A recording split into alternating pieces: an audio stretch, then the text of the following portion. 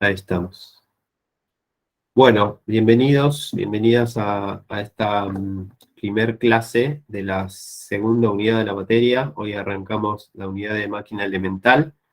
Ayer terminaron de ver todo lo que tenía que ver con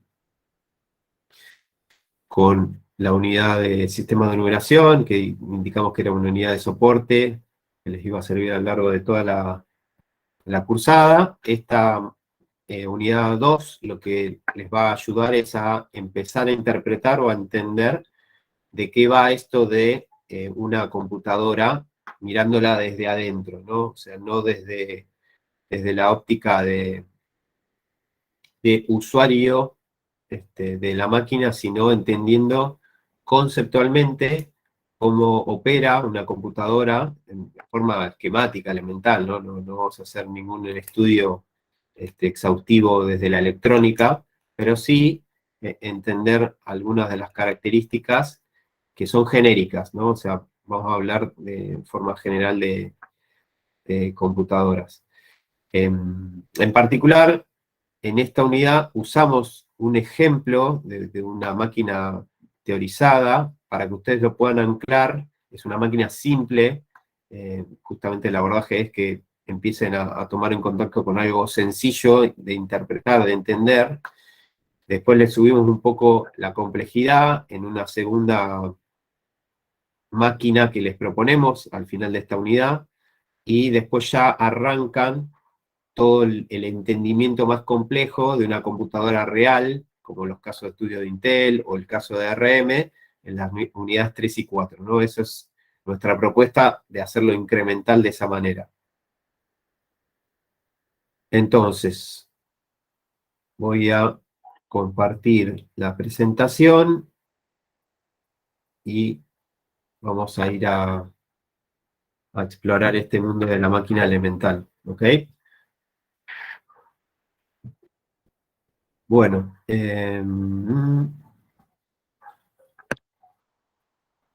vamos hacia adelante. Lo primero que está bueno que podamos sincronizar acá es a qué llamamos computadora, ¿no? Una definición, hay miles por ahí dando vueltas, pero bueno, consensuar una definición de lo que todos entendemos que es una computadora. Y para entender eso es anclar algunos conceptos previos, ¿no? Hasta llegar a esa definición que proponemos de computadora. Primero partimos de un concepto elemental que es el concepto de dato, ¿no? ¿Qué es un dato en el mundo, ¿no? Lo que nosotros proponemos como definición de dato es cualquier característica o atributo, si quieren, que podemos identificar en el mundo que nos rodea, ¿no? Por ejemplo, el color de los auriculares que tengo por acá, que son blancos, es un dato sobre este elemento que es el auricular, ¿no? O sea, el dato es que es de color blanco, ¿no? Otro dato asociado a este objeto podría ser que está construido con distintos materiales plásticos, ¿no? Otro dato podría ser la longitud. Si yo estiro estos auriculares, bueno, y los mido, digo, bueno, estos auriculares miden este, tantos centímetros, ¿no? El peso podría ser otro dato, ¿no? Estos ejemplos circunscriptos a este objeto. Esto extrapólenlo a cualquier objeto o situación del mundo, ¿no? O sea, no sé, el mismo planeta Tierra. Bueno, ¿cuántos datos puedo identificar del planeta Tierra? Bueno, ¿cuál es la temperatura promedio, el peso del planeta, la masa, el volumen que ocupa, no sé, miles y miles y miles de datos, ¿no? Eso es conceptualmente lo que determinamos datos. Ahora, cuando trabajamos con una computadora, hay ciertos datos relevantes para lo que queremos hacer, ¿no? Esos datos relevantes son lo que nosotros llamamos información para, para ese problema o esa situación que queremos resolver a través del uso de una computadora. Y el ejemplo sería este. Si yo quisiera poder sacar una estadística sobre una serie de auriculares como estos respecto a el peso que tienen, porque quiero elegir el mejor auricular en base a ese atributo del peso, bueno, ese dato del peso se va a transformar en información relevante para mí, porque yo lo que quiero averiguar es eso, che, ¿cuál es el mejor auricular dentro de los que están acá, en este mercado? Entonces, el dato del peso es relevante. Ahora, el dato del color para esa problemática, ¿es relevante? No, porque no me importa que si son blancos, negros, azules, con pintitas. ¿Ah? Sigue siendo un dato de ese objeto, pero no es relevante para lo que yo quiero averiguar. ¿Ah? Con lo cual, no es información para mí. Es dato, pero no información. ¿Ah? Ahora bien, si el problema cambia, puede ser que algo que era información deje de serlo, ¿no? De nuevo, si yo quiero clasificar los auriculares por las gamas cromáticas, bueno, el dato de el peso es irrelevante, ahora el dato del color pasa a ser información, ¿no? No sé si me siguen ahí. ¿A qué viene toda esta discusión filosófica? A que cuando trabajamos con una computadora, lo relevante es la información que necesitamos proveerle a esa computadora, digo, computadora como elemento amplio, obviamente después identificable en un programa de computadora al cual yo lo identifico para que me resuelva algo, ¿no? Entonces, esa información que yo le tengo que proporcionar a esa máquina para que me ayude a responderme ciertas preguntas, la tengo que introducir en esa máquina. Y esa introducción se hace a través del elemento básico de información en una computadora, que es el bit. Esto lo vimos en la primera clase de la materia, ¿no? Un bit, ahí están las acepciones en el slide, significa binary digit, ¿no? De esas dos palabras se arma la palabrita bit, ¿no? Y también esa misma definición de bit aplica a lo que es el biestable. El biestable sería el elemento electrónico básico elemental que permite almacenar ese bit, o sea, ese 1 o ese 0. ¿Okay? El mismo crónico bit sirve para identificar las dos cosas. Entonces, a partir de un bit, que es la mínima unidad de información que puede almacenar una computadora, empiezo a construir todo lo que veo a nivel de información en una máquina, ¿no? La otra unidad que aparece es el byte, que son 8 bits, y de ahí para arriba todo lo que ya conocen, ¿no? El kilobyte, el megabyte, el gigabyte, etcétera, etcétera, etcétera. Entonces, hasta ahora, ¿qué es lo que necesito para trabajar con una computadora? Información. ¿Cómo la información esa vive en una computadora? A través de la representación electrónica, a través del bit o del byte. Esa información, para que la computadora haga algo, necesito que pase por una transformación, ¿no? El proceso, y ahí creo que había alguna pregunta, una pregunta, ¿por qué se decidió agrupar los bits de A8 de A8?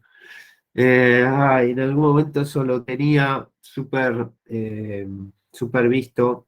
En la antigüedad no existía esta asociación de byte igual a 8 bits. Digo, estamos hablando, no sé, de los años 50, 60. No necesariamente estaba el byte como 8 bits. Tiene que ver con alguna cosa de herencia previa a las máquinas modernas, pero te lo averiguo y te lo contesto después del intervalo.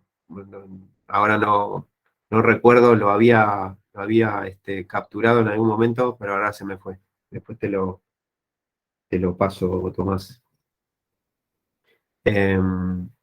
Bien, entonces les decía que para que esa información se transforme, ¿no? O sea, lo que yo quiero hacer a través de una computadora es tener una información de entrada, que haya un proceso de transformación y obtener una salida, ¿no?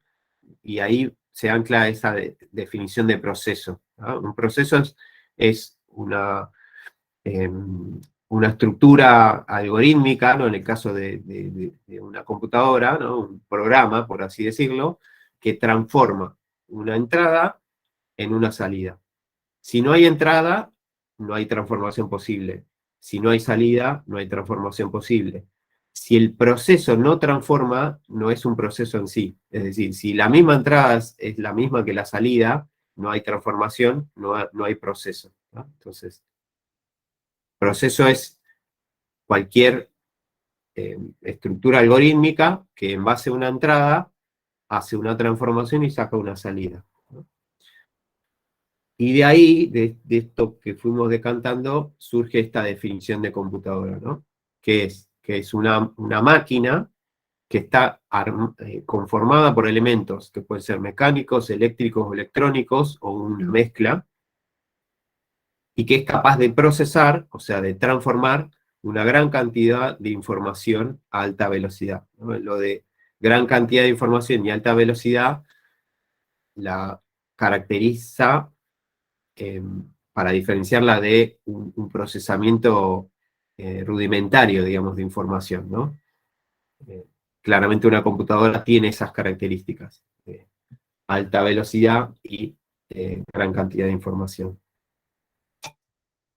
Bien, esa es la definición de computadora. Entonces, lo que les propongo ahora es transitar un poco, hacer un revisionismo histórico para entender el por qué estamos donde estamos en la actualidad con las computadoras. O sea, por qué todos tenemos, al menos o la gran mayoría de nosotros tenemos en nuestras casas una computadora escritorio, notebook, PC, ¿no? En forma genérica, computadora personal. eh, ¿Por qué llegamos a lo que llegamos, ¿no?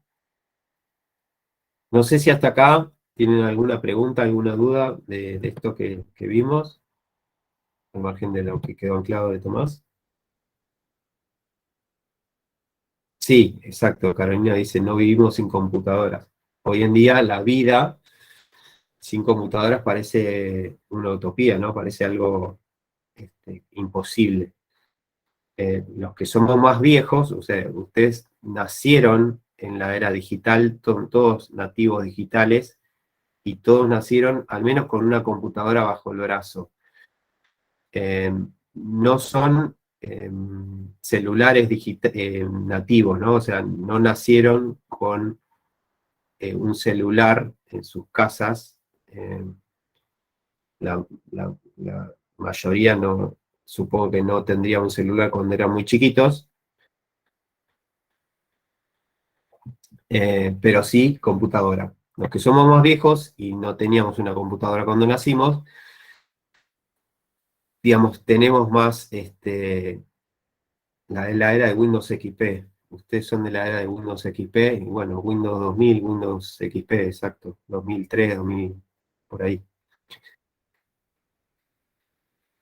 Bueno, y algunos sí, había algún uso incipiente, digo, pero ustedes eran muy chiquitos, digo, si tienen 18, 19 años, en el 2000, 2003, 2000, 2002, nada, era bastante incipiente la industria de los celus, pero sí, probablemente, ya tengo que cambiar el discurso, porque hace unos años decían, no conocían los celulares, bueno, ahora ya todos nacieron con celulares cerca.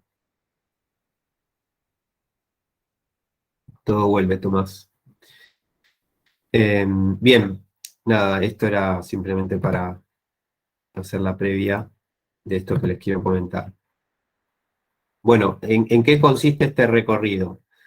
Es contarles cómo, en general, en la mayoría de los autores que pueden ver ahí, la bibliografía que pueden encontrar de nuestra materia, o sea, arquitectura del computador, organización del computador, o estructura de computadoras, o el nombre que le quieran poner, cuando ven la bibliografía disponible, la gran mayoría de los autores tiene algún capítulo dedicado a esto, que es un poco de recorrer la historia. ¿Para qué? Para saber dónde estamos, ¿no? La historia, en general, todos los autores, o la gran mayoría, la cuentan dividida en lo que llaman generaciones. Por eso van a ver acá la generación 0, la 1, la 2, la 3, etc. Esas generaciones es una agrupación, si quieren, arbitraria, pero que tiene algún sentido, de épocas de la historia asociables a las computadoras. Por eso van a ver que tienen una fecha de inicio y una fecha fin, son aproximadas, no son súper específicas, porque esos cortes hablan de cambios generacionales por algún evento eh, importante en la industria de la computación, ¿no? Entonces, bueno, esos eventos, si bien ocurrieron en algún año, tampoco son súper precisos. La primera generación, que se llama generación 0, es la que se refiere a computadoras mecánicas. Imagínense la no existencia de la electrónica, ni en algunos casos la electricidad, ¿no? Por eso nos remontamos a, como dice acá, 1642 para proponer lo que se conoce como la primer computadora o máquina, ¿ok? Acá habla de una máquina de cálculo que inventó Pascal. A Pascal seguramente lo tienen ahí visto en alguna materia, o se la habrán nombrado. Hay un lenguaje de programación que hace muchos años se usaba para introducir a la algoritmia a los alumnos. En algoritmos uno se usaba mucho. Pascal fue un matemático muy relevante en su época, y en el año 1642 él construyó una máquina mecánica, 100% mecánica, que me refiero que había engranajes, ruedas, levas, poleas, nada eléctrico ni electrónico, o sea, no se enchufaba a nada a esa máquina. Ahora les muestro un dibujito. Que lo que permitía hacer era cálculos básicos de sumas y restas, ¿no? No era lo que hoy se conoce como una máquina de propósito general, o sea, no podía resolver lo que quisieran, pero cumple con las reglas de lo que entendemos que es una computadora, ¿no? Les voy pimponiendo la imagen para después volver al resto de lo que les propongo. Acá, si se fijan, tienen un dibujito, perdón, no un dibujito, una foto de esta máquina. No sé si será una réplica o la máquina real conservada. Acá pareciera, ¿no?, que está la firma de él o algo así. Si se fijan, estos rollitos de papel tienen numeritos. Si le hago un poco de zoom, capaz que lo ven mejor. ¿Ven? Estos numeritos son como el display, si quieren, que es lo que se ve acá, en esta otra imagen. El display es lo que está acá arriba. Esta sería la imagen de la máquina tapada. Acá estos son los lugares donde se ven los numeritos. El display, en este caso, es 6 dígitos, ¿ven? Que serían 6 rodillitos que permiten mostrar los números, ¿no? Y acá ven todos los engranajes y demás, ¿no? Haciendo ahí algunos movimientos, permitía hacer esos cálculos matemáticos de sumas y restas. Unos cuantos años más tarde, en el año 1790, aparece otro personaje súper relevante en la historia, que es Babbage. Esta persona era como un adelantado para su época por las ideas que tenía. Estuvo muy enfocado en generar algunas máquinas para, para resolver problemas complejos matemáticos, ¿no? Lo primero que hizo fue crear una máquina que se llama máquina de las diferencias, que permitía hacer cálculos de algoritmos de diferencias finitas a través de polinomios, ¿no?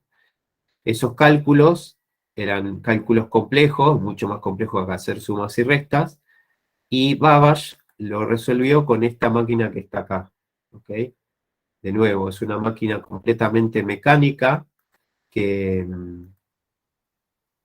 esperen que quería hacer zoom,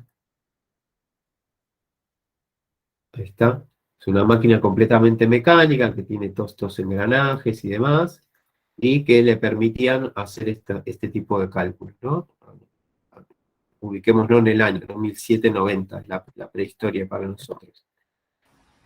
Perdón, ¿sabemos cuál es el elemento que servía para hacer como los AND, OR o esas cosas?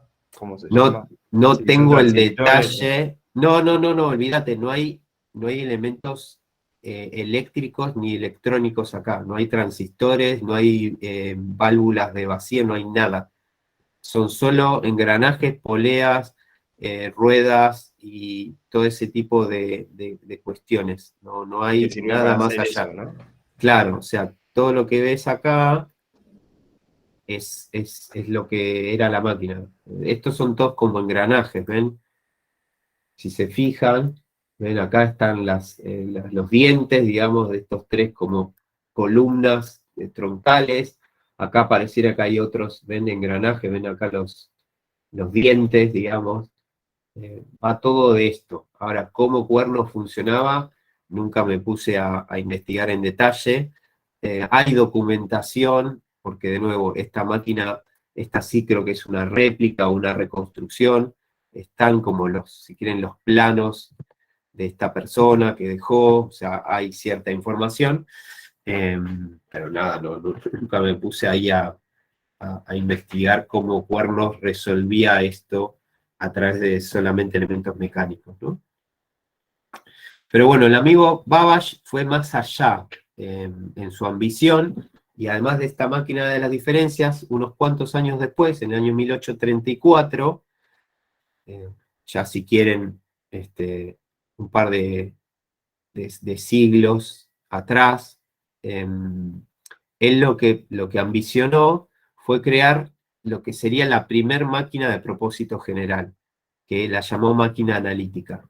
¿Qué significa esto de propósito general? Para nosotros hoy en moneda corriente, que cualquier o casi cualquier elemento que entendemos como computadora nos puede resolver cualquier problemática. O sea, yo agarro una computadora personal y si uso herramientas como un lenguaje de programación y compiladores o intérpretes o lo que sea, bueno, y quiero que un programa no sé, me imprima recetas de cocina, eh, eh, hacer un juego, un videojuego, o una planilla de cálculos, o una herramienta para dibujar, o, bueno, lo que ustedes conocen. Bueno, eso es tener una máquina a propósito general, que la forma en que la máquina procesa la información, es decir, ejecuta instrucciones de máquina, no tiene ninguna limitante, ¿ok? Esos dos ejemplos anteriores, la de cálculo de sumas y restas y máquina de diferencias, eran específicos, o sea, solamente hacía ese tipo de cálculos, no podían hacer cualquier cosa. Babbage lo que dice es, che, acá hay una oportunidad de tener una máquina que, dado una entrada, que es un programa de computadora, yo le pueda pedir cualquier cosa. Cualquier cosa en el contexto de 1834, ¿no? O sea, de nuevo, no había electrónica ni electricidad, con lo cual no pretendía hacer un videojuego, ni una planilla de cálculo, ni mucho menos, ¿tá? O sea, estamos hablando de básicamente cálculos matemáticos en esa época. Lo que pasa que se pretendía que pudiese resolver cualquier tipo de cálculo matemático con cierta restricción, ¿no? Entonces, ¿qué es lo que él propone? Bueno, la máquina esta analítica. Esta máquina analítica empieza a tener conceptualmente elementos que hoy nos parecen de moneda corriente. Ejemplo, él identifica que tiene que haber eh, una unidad de cálculo, ¿tá? Que le llamó molino, o esa es la traducción al español, ¿tá? O sea, es el CPU, si quieren, bueno, él lo concebía como ese molino. De nuevo, eh, engranajes, poleas, ruedas, cosas de ese estilo, ¿tá? Nada electrónico ni eléctrico. Él también identificó una memoria, ¿ok? Que eran en su definición de máquina eran 1000 palabras, o sea, 1000 posiciones, y cada posición de esa memoria podía almacenar un número de 50 dígitos decimales, ¿no? Y es un montonazo al lado de lo que vimos de la máquina de Pascal, ¿no? Que tenía 6 posiciones y nada más, ¿no? Y bueno, también una forma de hacer una entrada-salida sobre esa máquina. Si yo necesito que sea de propósito general, la tengo que programar. Entonces, bueno, había un mecanismo tipo tarjeta perforada, es decir, un instrumento que hacía agujeritos en una tarjeta de cartón para marcar la salida, y lo mismo para la lectura de la entrada, ¿no? Y lo fundamental acá es que conceptualmente esa máquina necesitaba programación, ¿no? Entonces, ahí aparece, como dice ahí el slide, lo que fue el primer programador, y hablando correctamente, la primer programadora, porque fue una mujer. La mujer se llamaba Ada Lovelace, en realidad tiene 3 o 4 apellidos distintos, porque bueno, era la hija de un gran poeta del momento, que era Lord Byron, entonces también puede ser que la vean ahí como Ada Byron, o el nombre después de casada, en fin, pero bueno. Esta persona, esta mujer, fue elegida por Babbage para ser la que lo ayude a programar esta máquina, ¿ok? Y nada, es un hito importante en la historia el entender eso de la programación en una computadora, aunque sea prehistórica con elementos mecánicos, ¿no? Ada es otro nombre que perduró en el tiempo porque también se usó para un lenguaje de programación muy similar a Pascal, más amplio, más complejo, eh, que también hace unos años se usaba, se solía usar en una materia que está hoy en la currícula, que es concurrencia, ¿no? Quiero suponer que no se usa más, pero bueno, en aquella época, hace unos cuantos años, era usada en esa máquina, en esa materia. Bien, y lo último rescatable de esta generación es que unos cuantos años después, o sea, 110 años después, ya en una transición de computadoras mecánicas a computadoras con elementos eléctricos, un personaje llamado Aiken, un científico, ideó o generó la máquina que llamó Mark I, que es la implementación de la máquina analítica de Babbage, pero en el mundo un poco más moderno, en el año 44. Él trabajaba para la Universidad de Harvard, y lo que hizo fue implementar, o sea, construir una réplica conceptual de la máquina de Babbage, pero con elementos más modernos. Esos elementos más modernos son, entre otros, los relays, que son un elemento entre mecánico y eléctrico, que básicamente un relé es un interruptor que opera por magnetismo, y lo que permite es el paso o no de la corriente. O sea, el elemento más rudimentario desde la concepción moderna de la computación, ¿no? Es esto de manipular el pasaje de corriente eléctrica y en base a eso ir generando distintos circuitos de la electricidad y transportar la información en una computadora, ¿no? Es una mirada hiper, ultra simplificada, pero para que empiecen a tener una idea de qué va esto. Tengo después, no lo quiero hacer ahora para no interrumpir, pero después les voy mostrando algunos dibujitos de qué es un relay, después vamos a ver la válvula de vacío y demás, para que tengan una referencia de qué estamos hablando.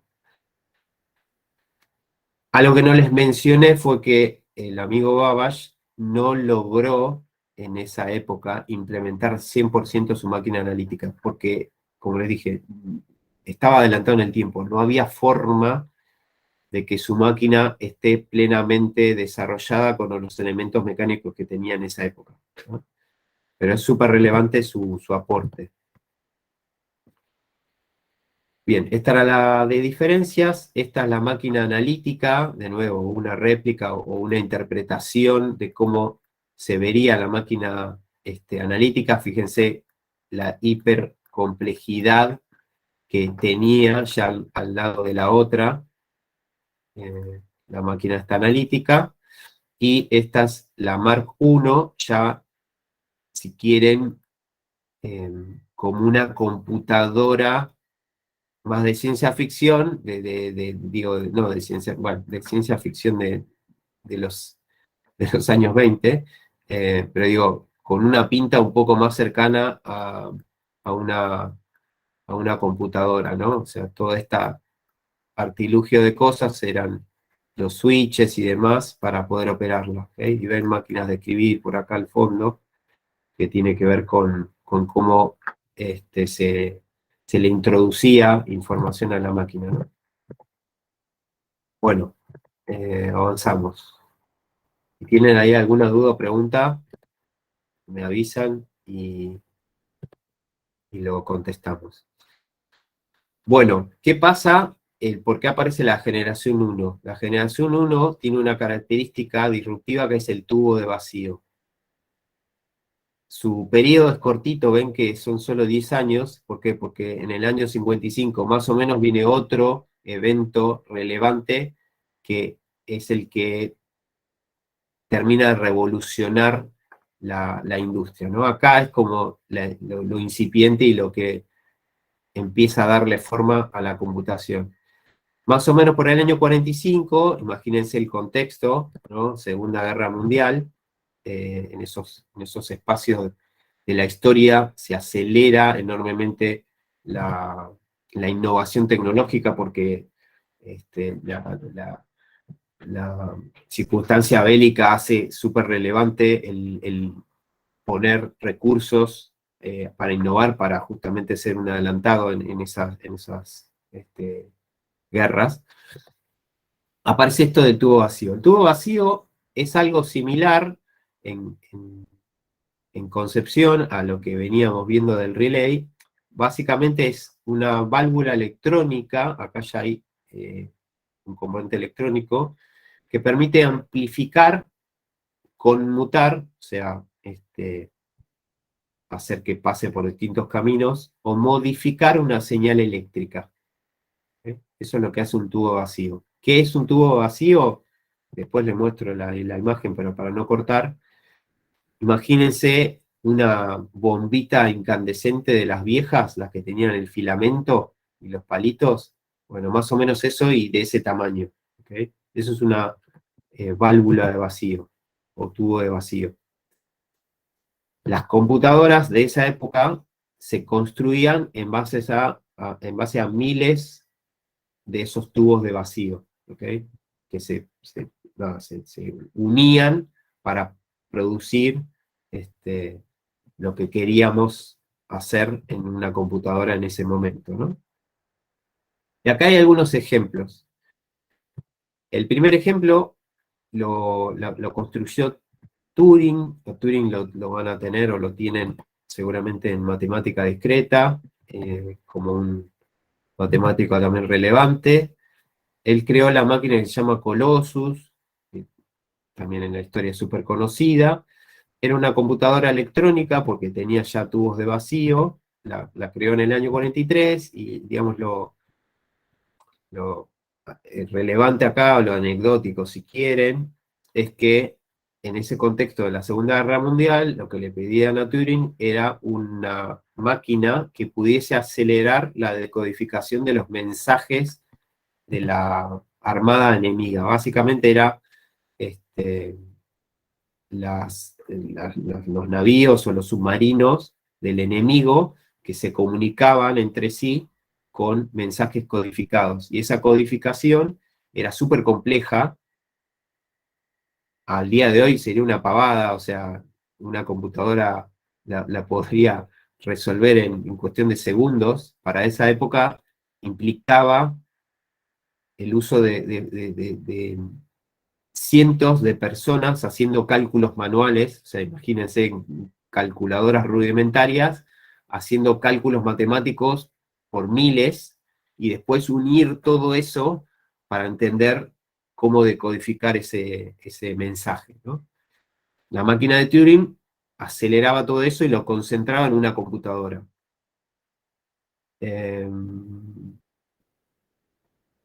Lucas pregunta, ¿la invención de la Colossus no estaría fuera del intervalo de la generación 1?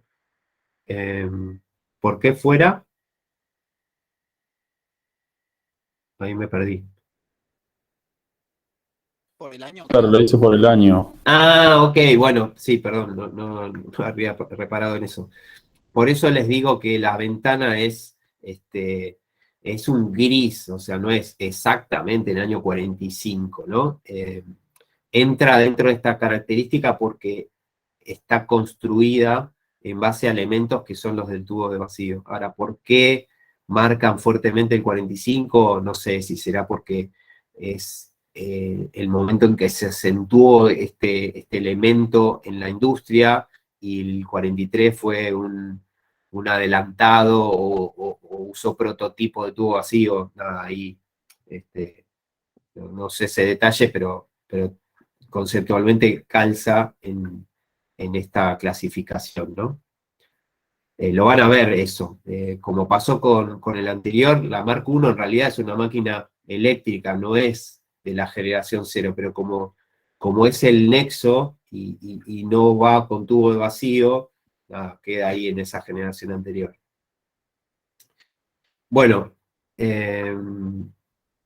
a ver ahí, leo comentarios. Rodolfo dice... Sí, exacto. Como eventos relevantes que cambian la historia y nos sirven de bisagra para marcar ciertas generaciones o cosas así, ¿no? Coincido ahí. Bien, entonces, esta máquina de Turing servía para eso. Hay otros ejemplos como la máquina ENIAC, también históricamente de renombre, que la construyeron Maxley y Eckert. Era una máquina programable por switches. ¿Qué significa esto? Que el panel de control en el cual uno le decía a la máquina qué quería hacer, era una serie de switches, o sea, imagínense palanquitas, ¿no?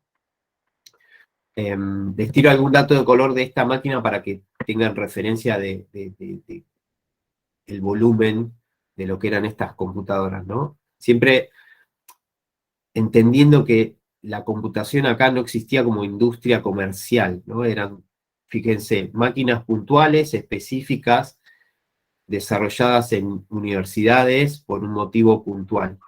Lejos estaba en esa época la ejecución comercial de la computación, ¿no? Todavía. Pero bueno, esta ENIAC tenía un peso de 30 toneladas, ¿okay? Unos cuantos elefantes todos juntitos, lo que pesaba esta máquina. Y tenía 18.000 tubos de vacío. Esas lamparitas que les digo, bueno, 18.000 tenían. Que además eran elementos que se estropeaban o se quemaban constantemente. O sea, la máquina estaba constantemente fuera de funcionamiento y necesitando reparación. Bien, y la última máquina, que en realidad en sí misma no tiene tanta relevancia, sino por la persona y por las ideas que volcó en la máquina. Perdón, ¿alguien? Una pregunta. Sí, adelante, José. Eh, en- Aquí estamos hablando del periodo más o menos de la guerra y anteriormente estábamos discutiendo de que las computadoras empezaron como una idea de hacer más fáciles los cálculos. Aquí ya estaba en vigencia la idea de la computadora como una máquina de propósito general, aquí apenas se iba a empezar a teorizar sobre eso.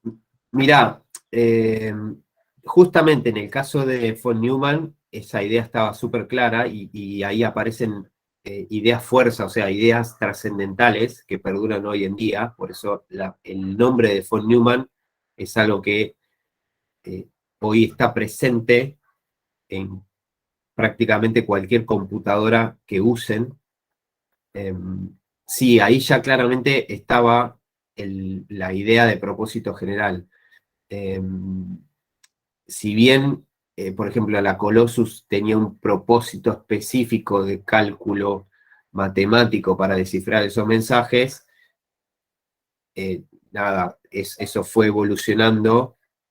No sé si la máquina esta ENIAC para mí ya era de propósito general, no era tan específica como la Colossus, y la IAS Machine, que es la de von Neumann, claramente era una máquina de propósito general, ya ahí estaba eso instaurado.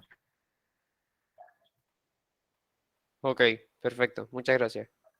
No, de nada. Bien, ¿qué es lo que es trascendental para la mirada esta de von Neumann? Von Neumann, también actuando en el contexto de un marco científico, si quieren les muestro las maquinitas y ahí ven el escenario. Esta es la Colossus, ven acá, una parafernalia de cosas. Van a ver en estas imágenes muchas mujeres operando estas máquinas, entre otras cosas porque la mayoría de los hombres estaban destinados a la guerra, ¿no? Hubo un momento de la Segunda Guerra Mundial en el cual fue terrible el involucramiento de la población masculina en ciertos países, hasta haciendo uso de gente muy joven, o sea, chicos de menos de 17 años, porque nada, estaban todos involucrados. Por eso van a ver, entre otras cosas, también muchas mujeres acá. Esta es la ENIAC, ¿ah? También unas salas así inmensas con mucho cablerío y cosas. Y este es von Neumann, el hombre de traje, y su IAS. IAS viene por Institute for Advanced Study. Este era el lugar donde él trabajaba y donde le sponsoreaban el poder crear estas máquinas, ¿no? Él lo que propone como disruptivo y de nuevo marca la realidad de hoy en día de muchas de las cosas que suceden en las computadoras, es básicamente, o se puede resumir en dos principios. Él habla de el principio del programa almacenado. ¿Qué dice ahí? Él lo que dice es que en las computadoras, tanto los datos que se usen o la información que se use, como los programas o las instrucciones necesarias para procesar esa información, tienen que residir en la misma memoria, ¿no? Esto que parece algo básico hoy en día, es decir, esto de tener una única memoria, asocien esa palabra a memoria RAM, ¿no? Donde residen los programas y donde están los datos, y donde los programas toman los datos y la máquina lee las instrucciones y las ejecuta, eso que hoy es algo indiscutible. Bueno, en esa época él lo pone como una máxima, como una definición, y él crea su máquina de esa manera, ¿no? Hasta ese momento el programa no necesariamente estaba dentro de la memoria, sino que podía ser introducido desde afuera, ¿ok? Pero no residía necesariamente en la memoria. Y el otro principio que él dice que tiene que estar presente en una máquina es el de ruptura de secuencia. ¿A qué se refiere con esto? Hasta esa época lo normal era que los programas rudimentarios, digamos, de las computadoras se ejecutaban en secuencia, ¿no? Una secuencia de pasos, y en el momento en que había que tomar decisiones, esa decisión era asistida desde afuera, es decir, se evaluaba una condición, ¿no?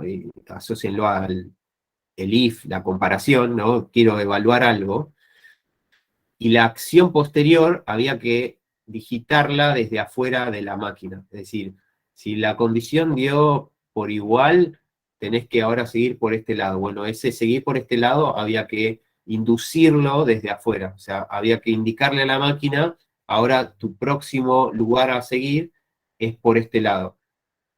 Y lo que dice von Neumann es, la máquina tiene que ser autónoma en esa determinación del camino a seguir. Es decir, tiene que tener instrucciones que entienda la máquina por sí misma, que le permitan naturalmente evaluar una condición y bifurcar o irse a distintos caminos de su programa, ¿no? Esos eran los dos principios súper fundamentales que, que von Neumann introduce y los plasma en su máquina, ¿no? Esos mismos principios están hoy vigentes en todas las computadoras del planeta que siguen su arquitectura. Por eso después vamos a hablar más adelante de la arquitectura von Neumann, ¿no? Porque él, además de definir estos principios, da el marco básico de cómo una computadora se concibe hoy en día, que es simplemente 3 elementos conceptuales: memoria, CPU y entrada-salida. Una computadora, en forma simplificada, es eso: una unidad de procesamiento, CPU, una memoria donde residen instrucciones y datos, y una unidad de entrada-salida que le permite a la máquina interactuar con el mundo exterior, ¿no? Conceptualmente es eso. Después tienen la carcasa linda con un teclado con más o menos teclas, la pantalla más grande, más chica, una placa de video hermosa, más memoria, menos memoria, le pueden enchufar un mouse. Todo eso está por fuera de ese concepto básico, ¿no? Por eso es que desde esa mirada conceptual, todas las computadoras hoy en día, salvo algunas excepciones que vamos a ver, siguen los lineamientos o arquitectura de von Neumann, ¿no? Eso es súper relevante que lo empiecen a madurar, porque nada, es algo que nos va a acompañar durante toda la materia. No sé si quedó claro eso, y acá Mauro pregunta, ¿y la Z1? Ahí me mataste, ¿qué sería la Z1? Es una computadora que salió en la década del 30, que era parecida a la ENIAC. No la tengo vista, la estoy buscando ahora. Eh, Esta habla de máquina mecánica, o sea, sería de la generación 0. Dice calculadora binaria mecánica de accionamiento eléctrico, está ahí en el limbo entre la generación 0 y 1. Dice comprobación limitada, que le da algunas instrucciones en celuloide, que sería como un material celuloide perforado, que sería como una tarjeta perforada. Nada, no la... Está ahí una fotito y todo acá, si quieren se los comparto, lo que estoy viendo. No la he visto en las bibliografías como algo relevante. ¿Vos la tenías identificada como algo relevante o...? La conocía de buscar, digamos, cuál fue la primera computadora, digamos. Ok, Que decían que supuestamente esa había sido, lo que pasa es que en la Segunda Guerra Mundial, como el creador era alemán, eh, como que la dejaron de lado, como que era mala palabra. no, literalmente entraron y rompieron todos los Mm, planos, todo. ok, ok. Sí, ahí estoy leyendo un poco más. No la tenía vista, soy sincero, no la he visto en la bibliografía como relevante, pero bueno, genial que la hayas traído y que el que le interese la pueda ahí observar. Está medio como en el limbo, ¿no? Porque es una máquina muy mecánica, pero que tiene algún accionamiento eléctrico, y está más para generación 0 que generación 1. O sea, generación 1 no, porque no tiene tubos de vacío. Profe, perdón, una consulta. ¿La de Sí, von Neumann ya era de propósito general o no? sí, la de fonema es de propósito general. Y una consulta, ¿cómo se programaba? O sea, ¿se usaban ahí también las tarjetas perforadas y eso? ¿O ya... Sí, la entrada y salida normalmente en esa época era de ese estilo. Lo que pasa que esta máquina almacenaba ese programa y se ejecutaba desde esa memoria única, ¿ok?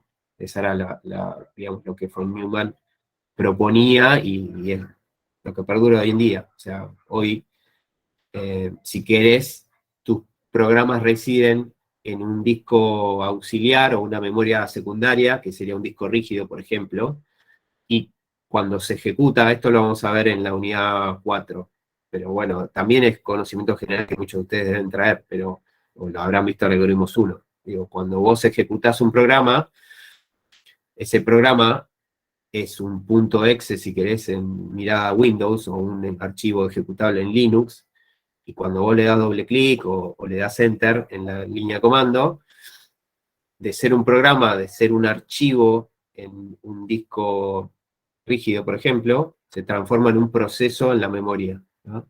Cuando está ejecutándose en la memoria RAM y es un proceso, ¿no? Y hoy en día interviene el sistema operativo y demás, algo mucho más complejo, que en esa época no existía, no había sistemas operativos ni nada por el estilo.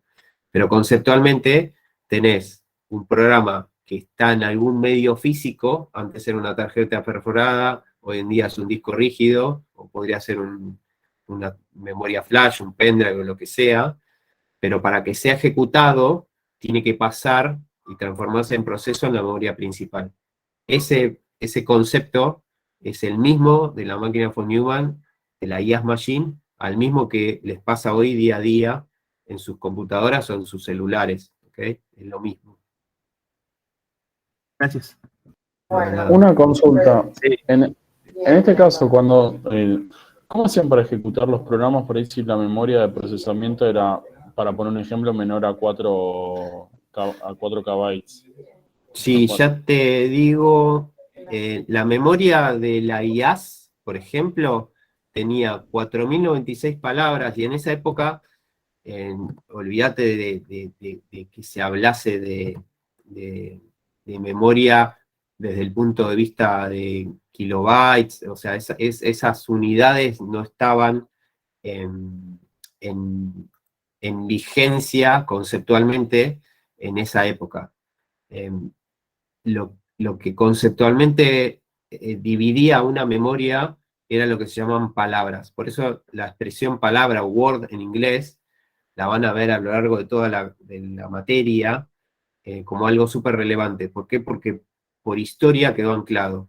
Las memorias en esa época se dividían en palabras. ¿Qué es palabra? Una unidad de procesamiento para esa máquina. En este caso, la IaaS Machine tenía 4096 palabras. O sea, imagínense 4096 lugares en los que se dividía la memoria.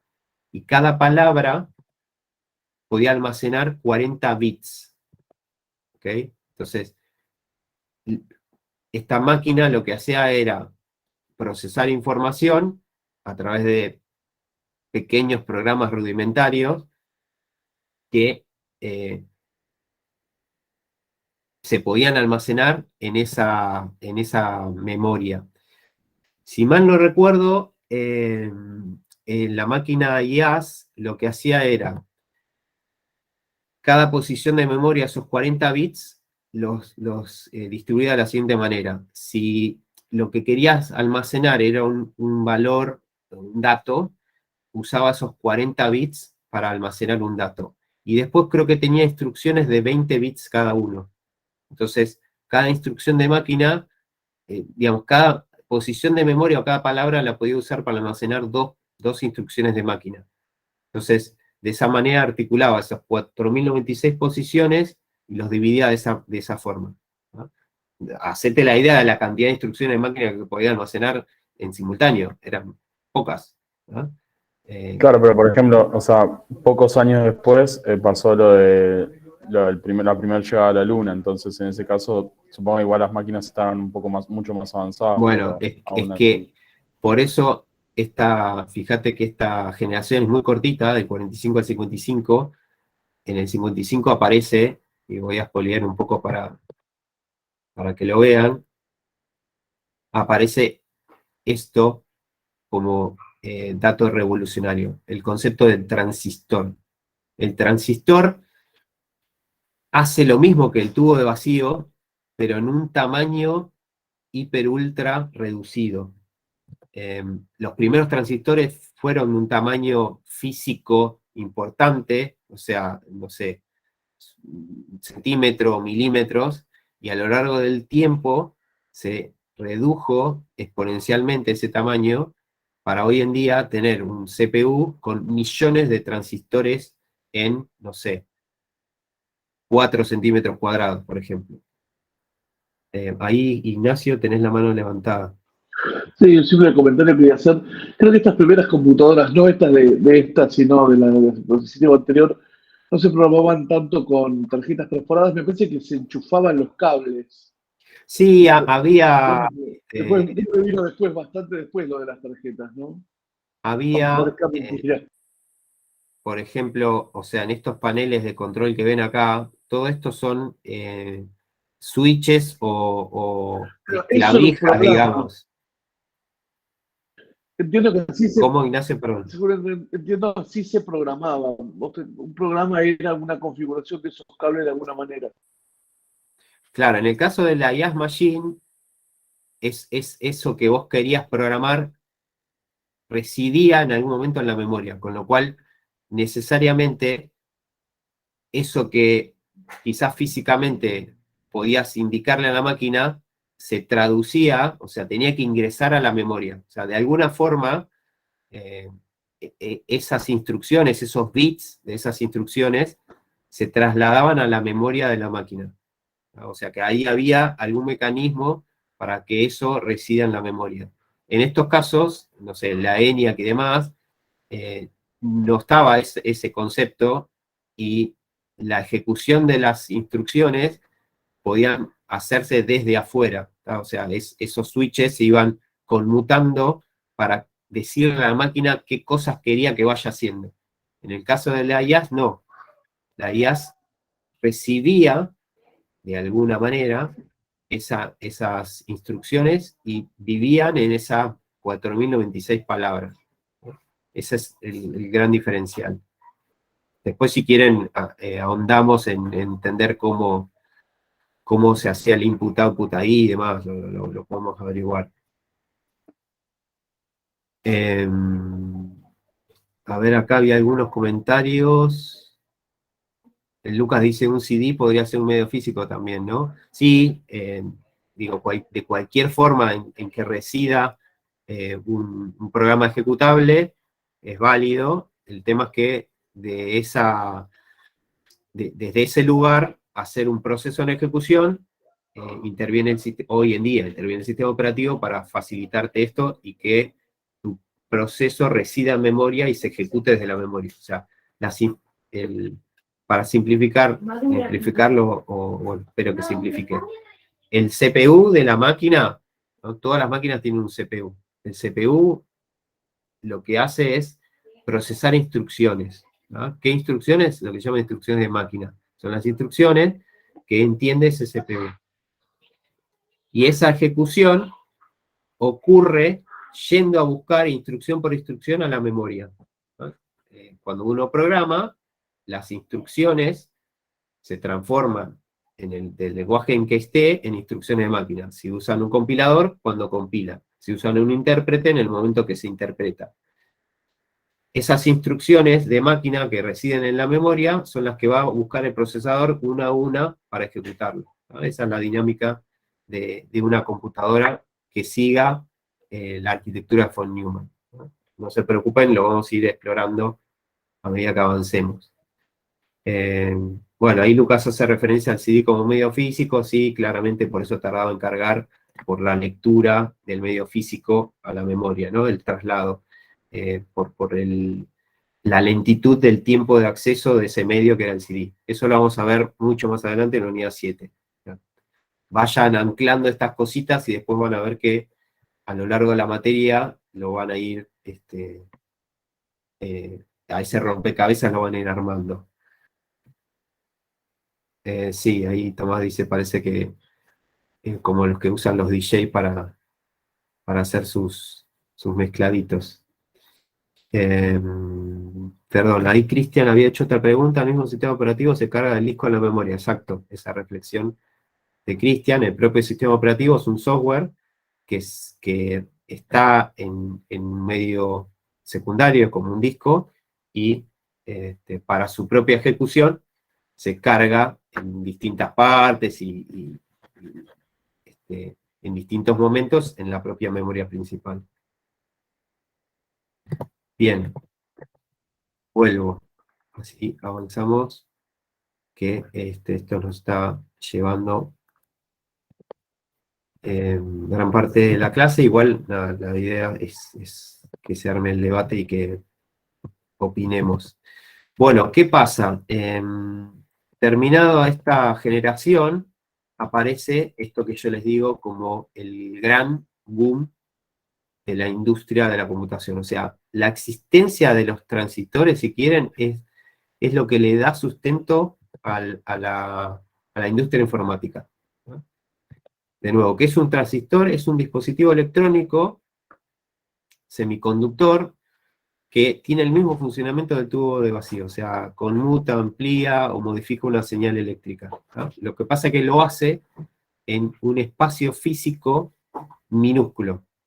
Y los primeros transistores, como ya les dije, medían centímetros o milímetros. Los transistores de hoy en día son de nanómetros, o sea, hay millones de transistores en un espacio de un chip de CPU, millones y millones. Eso permitió, la existencia del transistor, permitió que la computación deje de ser un espacio de científicos para ser un espacio comercial. Entonces, a partir de la generación 2, empiezan a haber nombres de fabricantes de computadoras y nombres de máquinas comerciales, ¿no? Hasta antes de esto no había nada de eso. Esta generación se corta en el 65 porque a partir del 65 empieza exponencialmente la miniaturización de los transistores y el agrupar los transistores en algo más complejo. Después lo vamos a ver en la generación 3. ¿Qué hay relevante acá en la generación 2? Bueno, la PDP-11, perdón, la PDP-1, creada por DEC, que es una empresa que ya no existe más, se llamaba Digital Equipment Corporation. Esa empresa después la compró Compaq hace unos cuantos años, antes del siglo pasado, y después, posteriormente, fue comprada por HP, ¿no? Si quieren, hoy parte de lo que heredó HP viene de esta DEC, de esos años. La PDP-1 es una máquina relevante por considerarse la primer mini computadora. Mini no porque sea algo chiquitito, sino en contrapartida a lo que se conocen como macrocomputadoras o supercomputadoras, que eso lo vamos a ver más adelante como clasificación. Para que tengan una idea, esto es una mini computadora, ¿ok? La PDP-1 es la que está a la izquierda, y es una máquina que es muy relevante también para el que le gusta la industria del videojuego, porque se dice que es la primer máquina sobre la cual se programó un videojuego. ¿Por qué? Porque esta máquina tenía un display, que es este que está acá, este que parece un radar de submarino, de película vieja de submarino, era el display o la pantalla, si quieren, de esta computadora. Y ese display permitía poder dibujar píxeles, o sea, de 512 por 512 era la capacidad, y eso permitió que alguien desarrollase el primer videojuego, que se llamó, nada, no es comercial ni nada por el estilo, pero su autor lo denominó Space War, y si quieren, y tenemos algún minutito, después les muestro un video risueño en el cual la persona esta, que hasta hace unos años seguía entre nosotros, en un museo muestra cómo ese videojuego se carga a través de tarjetas perforadas y lo juegan ahí. Ahora un ratito les muestro el video si quieren. Bien. La otra máquina es la PDP-8, que es una máquina que está acá al costadito. Nada, otra máquina del mismo fabricante. Algunas máquinas de IBM, que es la 7094, que después la vamos a mencionar más adelante. Está la 7094. Seguía siendo una máquina de uso científico, acá está en el Instituto MIT, todo lo que implicaba una computadora en esa época, unidades de cinta, esta es la consola central, en fin. Y por acá abajo, algunas otras máquinas. La 6600 de CDC. CDC es Control Data Corporation, que era una empresa que creó lo que se conoce como primer supercomputadora. De nuevo, las supercomputadoras las vamos a ver más adelante. Hoy en día la industria de supercomputadoras está súper en auge, y se refiere a computadoras que procesan volúmenes infernales de información y que básicamente son una unión de computadoras en sí mismas, ¿no? O sea, imagínense muchísimas computadoras interconectadas para un propósito común. Eso conceptualmente es una supercomputadora.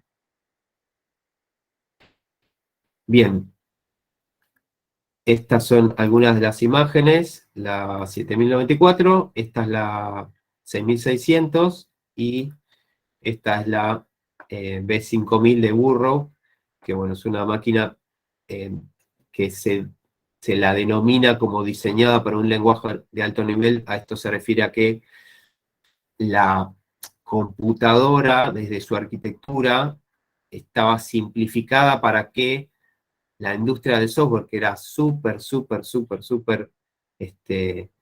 incipiente en esa época, empieza a desarrollar software y que no sea la máquina en sí la que tenga que resolver todo, ¿no? Esto lo vamos a volver a ver más adelante en la unidad 3, pero básicamente lo que ocurría hasta esos años era que cada fabricante, cada máquina de esta, era completamente incompatible entre sí, no había forma de que algún software que yo desarrollara acá, por ejemplo, pudiese correrse acá, ni acá, ni acá, eran totalmente incompatibles, y la programación era súper artesanal. ¿Por qué? Porque no había lenguajes de programación. Los primeros lenguajes aparecen ahí por estos años, como Fortran u otros lenguajes muy antiguos, pero que claramente no eran masivos, no había carreras universitarias, no había programadores, no había nada, ¿no? Era todo súper artesanal. Bien. ¿Vamos bien hasta acá? Sí. Bien, ahí veo algunos mensajitos que fueron pasando.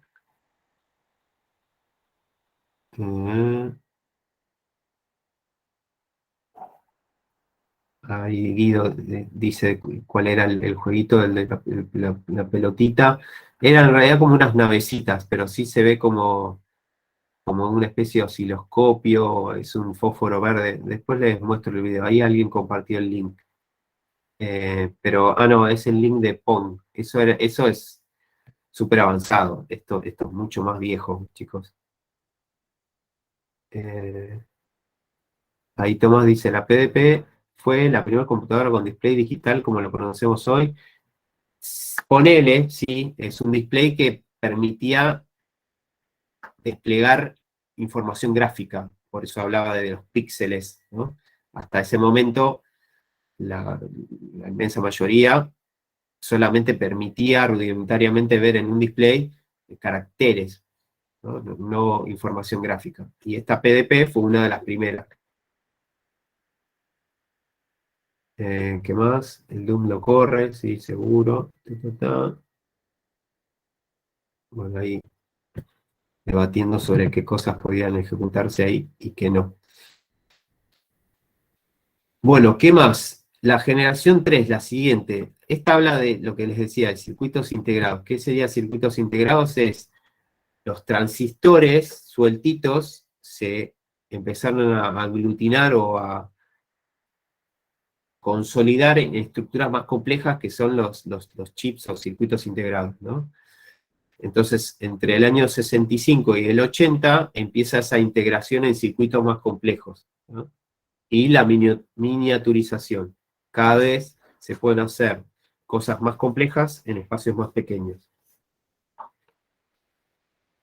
algunas máquinas relevantes para esa época, la PDP-11 como una mini computadora de este fabricante dominante en el mercado en los años 70, y algo súper relevante también es la invención de IBM de lo que llamó System 360. ¿Por qué es relevante esta máquina en ese contexto en el año 64? Porque IBM plantea en el mercado un concepto que también hoy perdura y que es moneda corriente, pero que en esa época no era tan común de ver. Lo que entiende IBM es que la industria incipiente del software hace que sus clientes no vean tan a gusto el que les venda una máquina nueva completamente incompatible con la anterior. O sea, los fabricantes creaban arquitecturas nuevas, o sea, máquinas nuevas, que no eran compatibles con las viejas. ¿A qué me refiero compatibles? Que el poco software que había que reescribirlo, ¿no? Y la reescritura de ese software era súper complejo, porque de nuevo no había lenguaje de programación de alto nivel, no había compiladores, o era todo muy rudimentario. Entonces, los clientes, acá ya había empresas que podían adquirir este tipo de máquinas, no veían con buenos ojos que IBM les proponga comprar una máquina nueva y que el software que ya tenían lo tuviesen que reescribir, ¿no? Porque ni siquiera era recompilar, era reescribirlo. Entonces, IBM detecta eso y lo que dice es, ok, yo te voy a vender una serie de máquinas que arrancó con esta IBM 360. Imagínense computadoras comerciales en esa época para empresas súper acotadas y grandes, ¿no? En el año 64. Claramente olvídense de la computación como hoy en día, no había computadoras hogareñas, no había nada de eso. IBM dice, yo te vendo estas computadoras y te aseguro que son compatibles con algunas máquinas que IBM ya vendía en el mercado, que ahí están ejemplificadas, la 7094, que la vimos en algunos slides anteriores, y la 1401, que era otra máquina que IBM comercializaba entre sus clientes, una máquina más chiquita, más accesible. Entonces, esta System 360 lo que hacía es, desde el propio hardware, simulaba las arquitecturas de estas dos máquinas. ¿Qué significa simulaba? Que podía ejecutar desde el propio hardware a estas dos máquinas. Es decir, programas que se habían hecho para estas máquinas, esta computadora también los podía correr sin que se tuviese que modificar. Y a su vez, bueno, obviamente proponía en el mercado una máquina nueva con prestaciones súper avanzadas para esa época. Usos comerciales, industriales. Y lo que también les proponía a sus clientes es, yo te voy a dar un abanico de modelos.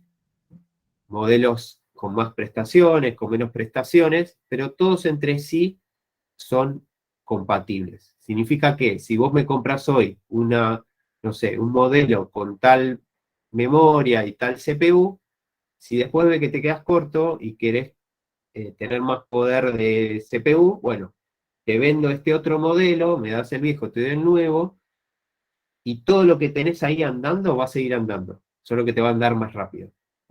Eso es el concepto de familia de computadores. Es compatibilidad hacia atrás de todo tu software funcionando. Tomás dice, virtualización, esta emulación de hardware viejo. No, no era una virtualización. Ahí lo que hicieron es algo mucho más profundo, que es la máquina tenía, como en el set de instrucciones, incluía el set de instrucciones de esas otras dos máquinas. Era como si tuviese la posibilidad de ejecutar en forma nativa esas otras dos set de instrucciones. Ahí dice que lo hacía a través de microarquitectura programada. Nada, lo vamos a ver más adelante para no rompernos la cabeza ahora con esto. Pero no es necesariamente virtualización. Eso es otro cantar. Bien, entonces, esto es súper relevante, distintos modelos, distintas prestaciones, todos compatibles entre sí, y además asegurándote que la próxima generación de máquinas de este tipo, te aseguramos que tu software existente seguía corriendo. ¿tá? Eso es familia. ¿ok?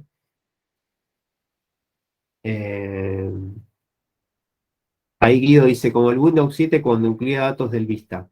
En realidad, ahí estamos hablando de sistemas operativos. Cuando hablamos de familias, hablamos de hardware, hablamos de computadoras, y la asociación, si quieren, de familias de computadoras, algo que ustedes conocen, es el mundo de la computación hogareña y de los procesadores, lo que se denominan procesadores x86 compatibles. ¿Qué significa x86 compatibles? Voy a escribir ahí en el chat. Significa toda la línea de procesadores Intel y AMD, que todos comparten una misma arquitectura y son todos compatibles entre sí. Es decir, yo puedo tener mi notebook, no sé, tengo acá una notebook con un Intel Core i5. Si tuviese la posibilidad de abrir esta notebook y cambiar el procesador i5 por un procesador i7, todo lo que yo tengo acá montado sigue funcionando igual. ¿Por qué? Porque ese i7 comparte el mismo set de instrucciones que el i5. Después puede tener un montón de mejoras tecnológicas, puede tener mayor velocidad, más caché y un montón de otros datos, pero el conjunto de instrucciones que el CPU ejecuta es el mismo o más amplio hacia adelante. ¿no? O sea, o no sé, un i9 o un Ryzen 7, un Ryzen lo que sea, todos esos procesadores son compatibles hacia atrás con todo lo que Intel instauró en el mercado a partir del año 80, que vamos a ver la próxima generación, con su primer procesador que fue el 8086. Ese es el tatarabuelo de todas las computadoras hogareñas que ven dando vueltas por el mundo. ¿ok? Ese concepto de familia de computadores que instauró IBM en el 64 es el mismo que siguen hoy muchos fabricantes. ¿no? Ejemplo, Intel. Ejemplo, ARM. ¿no? Y después vamos a ver otras arquitecturas similares. Esto que quedó, les quedó claro el concepto, entienden la relevancia de esto, que siguieron hasta acá. Sí, muy claro. Sí, sí. Sí, se entiende. Bueno, vamos entonces. Algunos dibujitos, la PDP-11 y un ejemplo de System 360 o mainframe también es una acepción que van a ver ahí. Este System 360 es una macrocomputadora en esa clasificación que vamos a ver más adelante. Esta maquinita o una similar estuvo disponible o en uso en la Facultad de Ingeniería, en el cuarto piso, ahí donde si van por el pasillo del cuarto piso y se chocan con unas rejas donde están los laboratorios, bueno, en esas rejas y en parte de lo que es el departamento de computación, ahí residía esta maquinola, la System 360, que hasta el año 2000 estuvo viva ahí. Después, bueno, se desmanteló y pasó a desguace. Y hasta esos años, en algunas de las materias, se usaba para ejercitar. Recuerdo haber hecho ejercicios de algoritmos 1 y de esta propia materia de organización de computadora ahí. Sí, Ignacio. ¿Y la primer compu de Argentina fue esta? No, la primer compu se bautizó. Esperen, porque ese dato no me acuerdo si lo había puesto acá en alguna nota. Clementina es, si mal no recuerdo, el nombre de fantasía que le pusieron.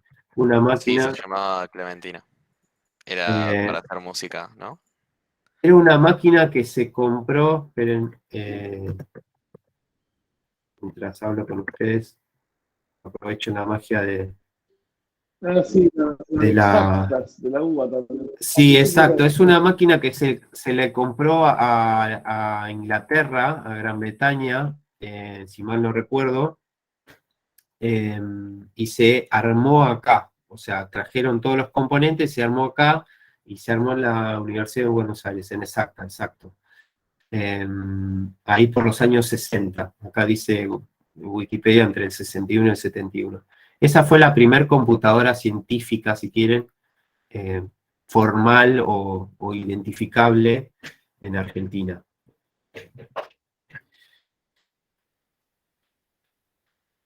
Bien. La 360 y vamos a lo que para muchos autores es la última generación, que es la generación 4. Por eso acá van a ver el signo de pregunta, ¿no? No hay un consenso general. Acá vamos a ver una generación 5 que les voy a proponer porque el autor que usamos propone un más allá, pero en algunos no detectan, ya pasó mucho tiempo, 40 años, pero no detectan algún evento tan relevante que amerite cambiar la generación, ¿no? Al menos hasta hace unos años era así. ¿Qué es lo que dio como bisagra a la generación 4? La integración a gran escala, la sigla en inglés VLSI, Very Large Scale Integration, que significa estos circuitos integrados, o sea, este conglomerado de transistores que se miniaturice de tal manera que haya millones y millones de transistores en un chip, ¿no? Que es lo que hoy vemos, ¿no? Por eso digo que en ese sentido no hubo un cambio radical en cómo se construyen los computadores, ¿no? O sea, la integración a gran escala es la que hoy sigue vigente. Quizás tal vez la industria, cuando emerja la industria cuántica, de la computación cuántica, nos marque una bisagra y algún autor la puede empezar a identificar ahora como incipiente y pueda decir, che, los años 2000 y algo, hago un corte. Probablemente esto, vieron que es historia, ¿no? Y la historia aparece escrita como un poco más adelante, pero salvo eso, todo lo que vemos hoy en día en el mercado se basa en este concepto del VLSI. Claramente acá, que es lo hiper ultra relevante y es lo que viven ustedes día a día, es la PC o la computación personal, ¿no? Hasta los años 80 era algo completamente impensable y que no revestía utilidad para muchos fabricantes. O sea, a nadie se le ocurría que una persona tuviese la necesidad de tener una computadora en su casa. ¿Para qué? ¿Para qué yo necesito una computadora en mi casa? ¿No? Bueno, IBM, entre otros, Apple también, y después un montón de otros fabricantes, que es lo que aparece acá abajo, un Commodore, un Atari, un Sinclair, y muchísimos más fabricantes. Hay cientos de fabricantes que emergieron a partir de los 80, empezaron a ver esto, ¿no? La posibilidad de construir computadoras bien chiquitas, comerciales, y a precios accesibles, ¿no? Estamos hablando de $1.000 para abajo de esa época. ¿Qué es lo que hizo que la computación personal tenga el estándar que hoy tiene? Bueno, lo que IBM propuso, que no le fue, si quieren, relevante desde los ingresos a la empresa, a IBM en sí, pero sí fue súper relevante para que exista el ecosistema de computación que existe hoy en día. ¿Por qué? IBM lo que propuso fue generar alguna estandarización de computadoras personales. Entonces, lo que dijo es, ok, yo voy a generar un estándar de lo que yo me imagino que es una computadora personal, y lo armó en base a componentes que fue a buscar en el mercado. Entonces, acá un poco de storytelling, de historia entre invento o ficción y realidad. Dice el cuento que instruyó a algunos ejecutivos de su empresa a que vayan a tener algunas conversaciones con Intel como fabricante de CPUs, muy importante en esa época, y negoció con ellos qué procesador podía usar para equipar a esas computadoras personales, ¿no? Y, bueno, decantaron por el 8088, que era un procesador más bien básico, de 8 bits, y nada, rápidamente después apareció el uso del 8086, que es el que les mencioné antes, ¿no? El 8088 fue el primero que se usó, y el 8086 fue el que le dio después más prestación. El 8086 es un procesador de 16 bits. ¿Okay? Lo otro que fue a buscar fue un sistema operativo, que de nuevo en esa época eran todos súper incipientes. Fue al garage de Bill Gates, le tocó la puerta y dijo: me parece que tu sistema operativo va perfecto para lo que quiero comercializar como computadora personal. Y escogió al Microsoft DOS como su sistema operativo. ¿Ah? Microsoft DOS era un sistema operativo de consola, digamos, no nada de visual ni nada por el estilo, muy, muy básico y bastante mal programado para esa época, ¿no? Y que generó un montón de despelotes a la hora después de escalar en el mundo de Microsoft, ¿no? Los primeros Windows, el Windows 3.1, el Windows 95, y que hasta no hace mucho todavía tenía un anclaje y una complejidad desde el punto de vista de arquitectura del sistema operativo por lograr esa compatibilidad y que ese DOS siga presente en las futuras versiones. ¿Qué pasó? IBM, la idea que tenía IBM era, ok, armo esta computadora personal que tiene estos componentes, estandarizo, ¿no? Esa relación de los componentes, las interfaces, y lo largo al mercado. Y libro ese estándar para que muchos fabricantes vengan y construyan periféricos, impresoras, mouse, teclados, bueno, todo lo que se imagine, monitores, todo eso sobre mi idea de PC. ¿Okay? Entonces IBM sacó su computadora personal, su PC XT como primer computadora, pero ¿qué pasó? La industria no solo tomó la construcción de periféricos, sino que además replicó y clonó esa computadora personal de IBM XT. Y empezó a crear sus propias versiones de esa misma computadora, ¿no? Entonces, comercialmente para IBM no fue un super éxito esto, porque no pudo vender sus computadoras, porque obviamente era IBM, eran más caras y demás, pero generó una expansión masiva en el mercado de computadoras compatibles con esa PC. Y generó un estándar, cosa que masivamente no hizo Apple. O sea, Apple en esa época era un fabricante de computadoras súper avanzado, innovando y demás. Ahí hay un ejemplo como la Apple Lisa. Lisa fue el nombre que escogió Steve Jobs para ponerle a esa máquina. Era una hija de Steve Jobs, que primero no la reconoció, después con el tiempo la reconoció. Y es, como dato de color, la primera computadora con interfaz gráfica de usuario. Esa es la sigla GUI, Graphic User Interface, en el 83.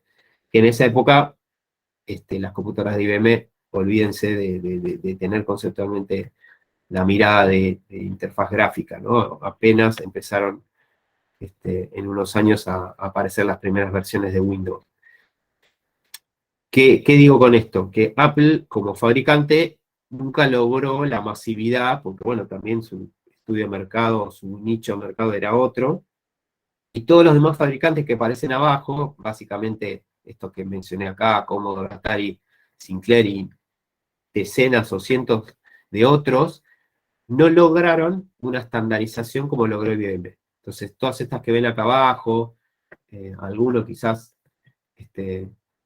de su padre o de algún tío o de alguien haya podido meterle mano a alguna de estas máquinas o la vio por ahí en algún lugar, en algún museo. Eran máquinas de uso personal, pero que no lograron imponer un estándar, ¿no? Tomás dice, ¿esto marcaría el comienzo del fin del monopolio de IBM? Bueno, claramente no logró generar un monopolio y la industria, al menos de la computación personal, quedó hiperabierta, que es lo que nos pasa hoy en día, ¿no? O sea, hay cientos de fabricantes, ustedes pueden construir su propia computadora personal con componentes y sin que tenga una marca en sí. IBM sí tiene monopolios en otros ámbitos, ¿no? Por ejemplo, en los mainframes o esas computadoras, macrocomputadoras, sigue siendo un fabricante que casi tiene el monopolio. Bueno, esto quedó capturado. ¿Les quedó claro? ¿Tiene alguna duda, pregunta? ¿Dato de color?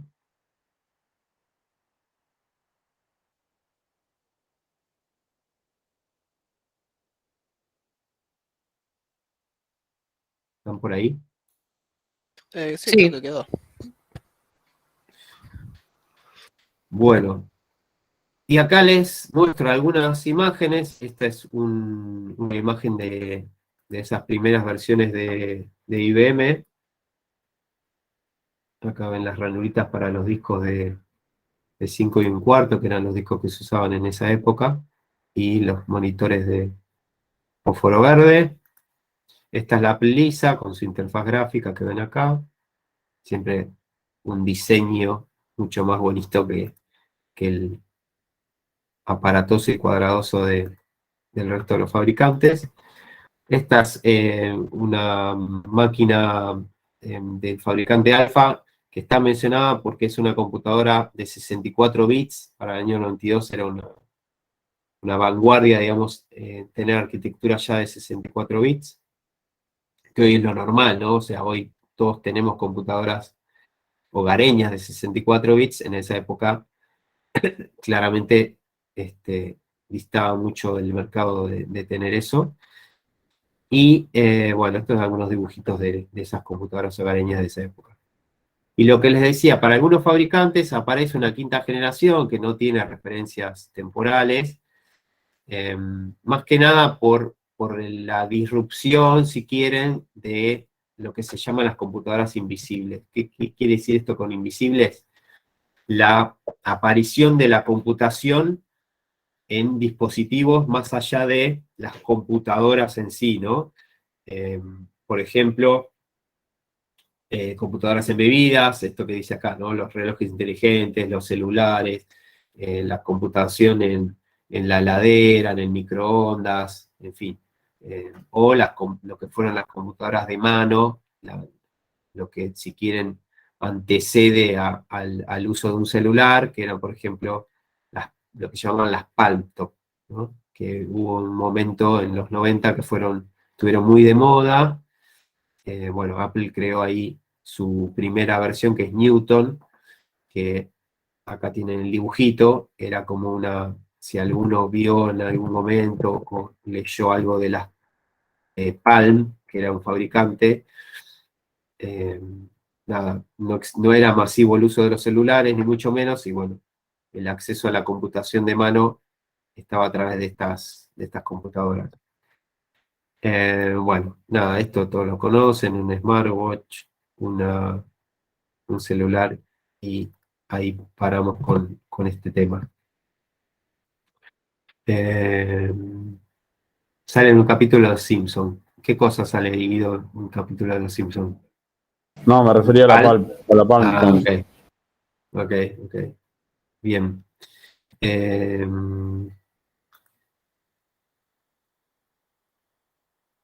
Sí, bien. ¿Qué cosa no sale en el capítulo de Los Simpson? Exacto. La vida misma. Está el dicho ese, ¿no? Que algo que no haya salido en Los Simpsons no existe. Esperen, que lo que quería compartirles era, si quieren, como para distraernos un poquito, Es el videíto de la PDP-1, cortito. Creo que dura 1 minuto. A ver si las puedo compartir. Comparto pestaña. Compartir con audio, genial, así escuchan el audio. Ahí está.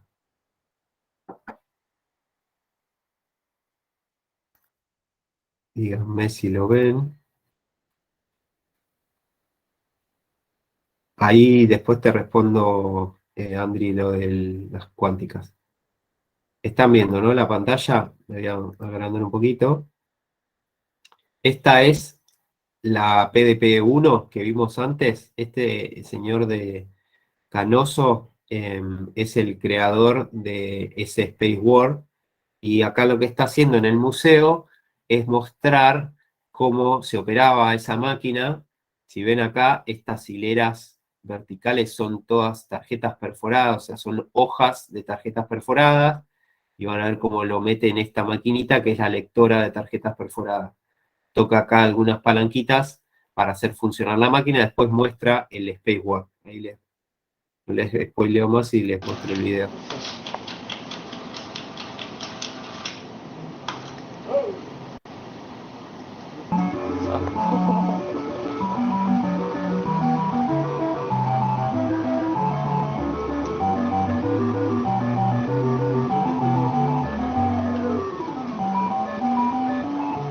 You notice this mix in stereo, the alto soprano on the right speaker, tenor and baritone on the left.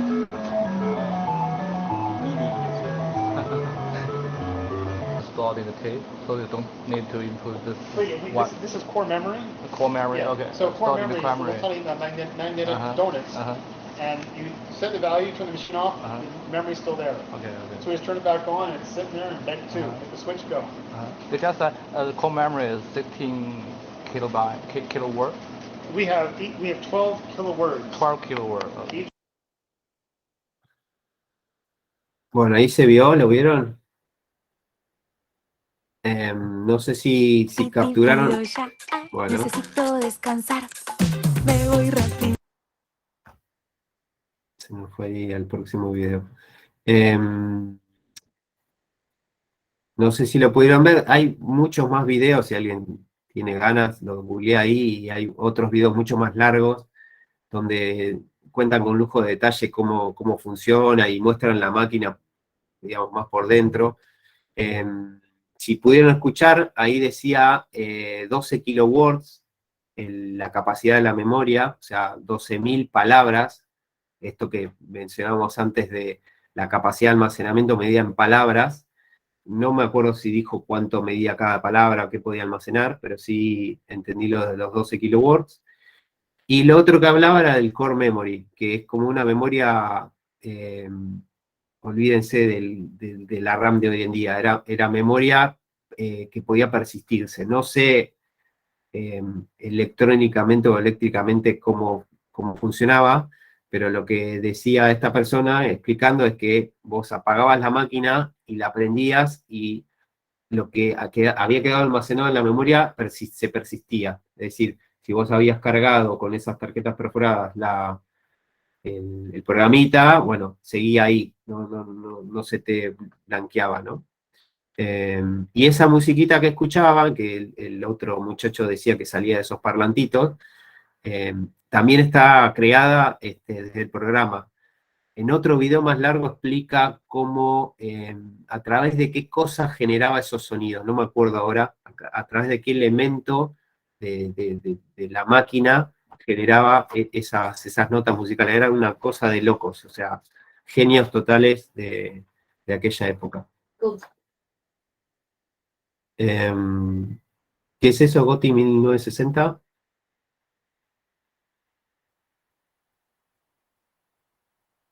Ahí que puso Pedro en el chat. Ah, Game of the Year, perdón. No había entendido la simplificación. Sí, claramente, Pedro. Game of the Year. Bien, bueno, volvamos. Esperen que vuelvo a compartir la presentación.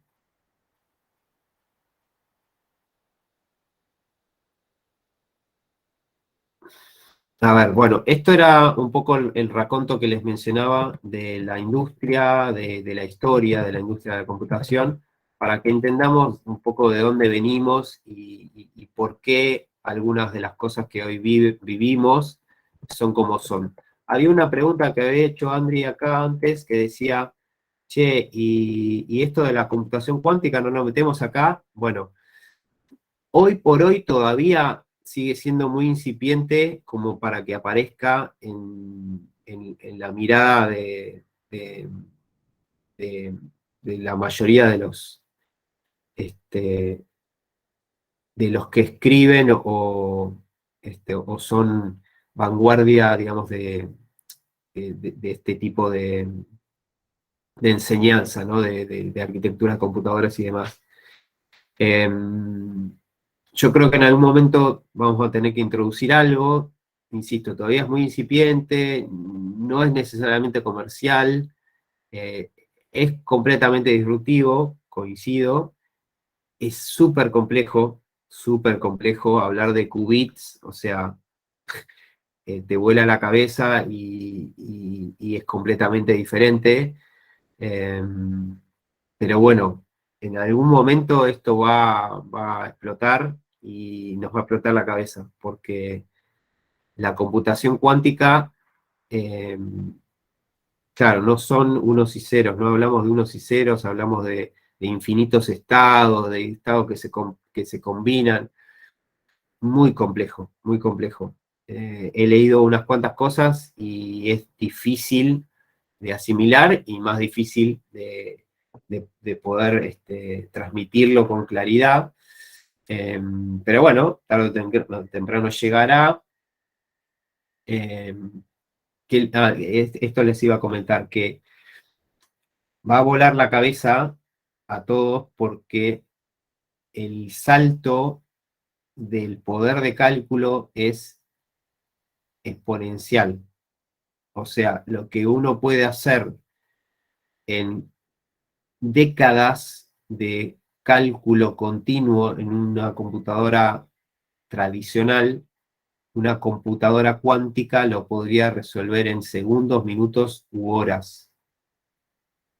El tema es que hoy por hoy no hay todavía en esa construcción cuántica una estabilidad suficiente para que esa computadora viva durante mucho tiempo. O sea, digamos, por así decirlo, la aprenden, hace cosas y se autodestruye o se apaga en cuestión de poco tiempo.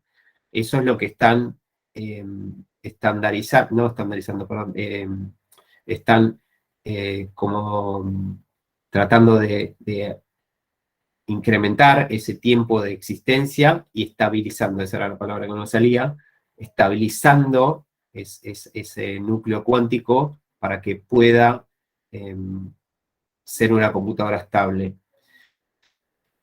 Hay también un debate súper relevante desde lo ético con esto. ¿Por qué? Porque cuando este poder de cálculo esté disponible para alguien, hay que repensar mucho de lo que implica el algoritmia de seguridad, de ciberseguridad. ¿Por qué? Porque hoy hay algoritmos criptográficos que permiten resguardar claves, accesos, información, que no son hackeables con el poder de cálculo. O sea, no tiene sentido que te pongas a hackear ciertos algoritmos porque podrías dejar, no sé, todas las computadoras del planeta prendidas y tardarías años en resolverlo. Como la computación cuántica exprime al máximo todo eso, se podían desencriptar un montón de cosas en cuestión de días. Con lo cual, nada, hay también todo un tema, un trasfondo detrás de eso, y quien tenga el poder de esa computación cuántica va a tener un claro dominio en mucho de lo que ocurre hoy en el mundo, ¿no? Alguien puso en el chat al principio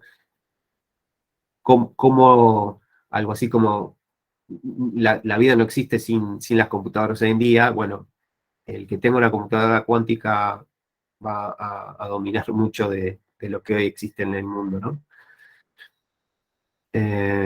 Sí, exacto. Y Cristian dice, por eso se va a tener que potenciar mucho la encriptación cuántica. Exacto, tenés que redoblar la apuesta y generar criptografía o encriptación mucho, mucho más poderosa.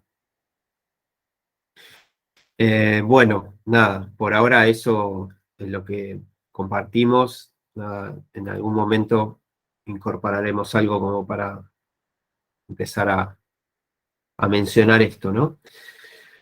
Bien, a partir de acá, y terminando esta clasificación, pasaríamos a esto que es la arquitectura von Neumann, que es el core, si quieren, uno de los core de la materia. Entender esto es entender cómo funciona una computadora desde el punto de vista conceptual.